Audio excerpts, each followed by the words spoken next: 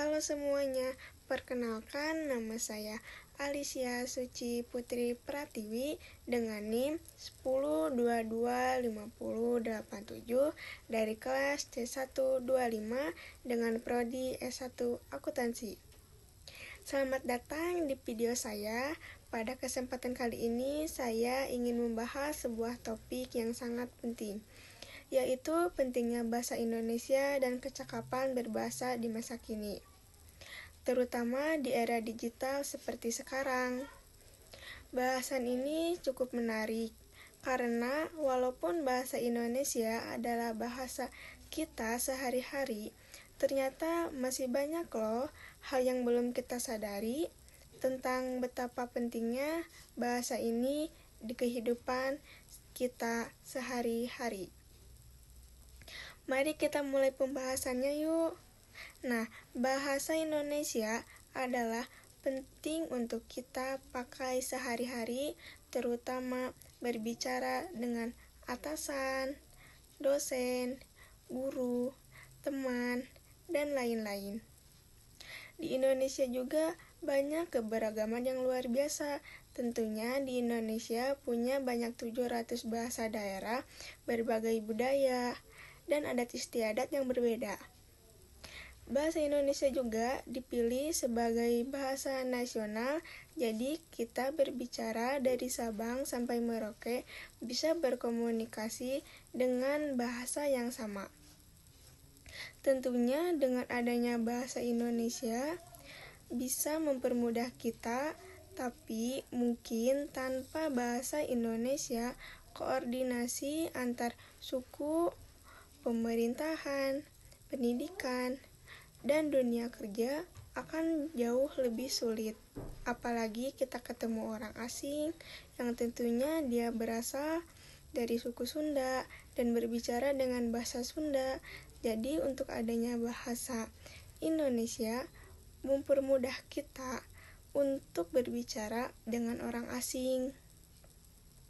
Nah, bahasa Indonesia juga bukan hanya tentang berkomunikasi, tetapi juga bentuk rasa cinta kepada tanah air dan kesadaran akan identitas nasional kita. Bahasa Indonesia masa kini sekarang tentunya mungkin ada hal yang berbeda, seperti mencampuri bahasa Indonesia dengan bahasa asing, terus menggunakan bahasa gaul yang semakin dominan di sosial media, dan kebiasaan menyingkat kata seperti GK, BCK, tapi, tar, TDR, gimana, apa, ok, iya, dan lain-lain. Nah, kebiasaan seperti inilah bisa membuat kualitas bahasa Indonesia menurun loh, dan membuat generasi muda kurang mengenal bahasa baku dan kaidah yang benar.